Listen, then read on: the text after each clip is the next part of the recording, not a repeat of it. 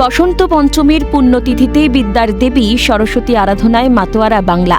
এই চিরাচরিত উৎসবগুলির মাঝে সামনেই পশ্চিমবঙ্গে ভোট উৎসব, তাই রাজনীতির ছোঁয়া পড়েছে পুজো প্যান্ডেলেও। এখন ভোটমুখী বঙ্গে এখন হট টপিক এসআইআর। সে কথা মাথায় রেখেই বালিগঞ্জ সায়েন্স কলেজে সাজানো হয়েছে সরস্বতী পুজোর থিম। মানুষের হয়রানি, মাধ্যমিকের অ্যাডমিট কার্ড ব্যবহার করতে না দেওয়া থেকে আত্মহত্যা, যে ছবি দেখেছে মানুষ, সবকিছুই তুলে ধরে সাজানো হয়েছে মণ্ডপে।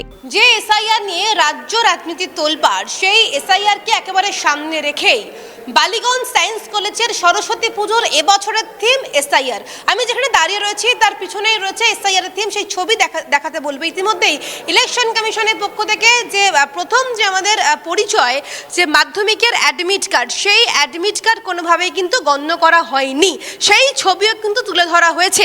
এই এসআইআরকে টার্গেট করে প্রচুর মানুষকে বারবার প্রশ্নের মুখে ফেলেছে।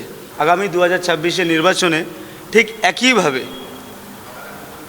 গণতান্ত্রিকভাবে আমরাও তাদেরকে প্রশ্নের মুখে ফেলে দিলাম তাদের অস্তিত্বটাকে নিয়ে।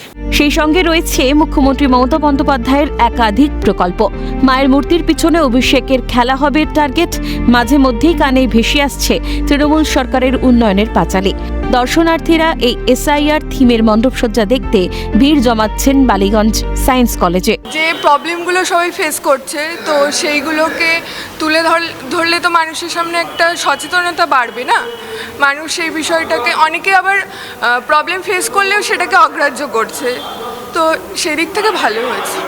আপনি বাড়ির লোকেরা যেভাবে হ্যারাসমেন্ট হতে হয়েছে, সেই জায়গা থেকে আজকের এই সুন্দর থিমকে প্রাধান্য দিয়েই কিন্তু সকলেই দেখতে আসছেন বালিগঞ্জ সায়েন্স কলেজের এসআইআর এর থিম। ক্যামেরায় সুরজিৎ প্রামাণিকের সঙ্গে দীপাঞ্জনা সাউ ও রাজা সাহার রিপোর্ট, ক্যালকাটা নিউজ।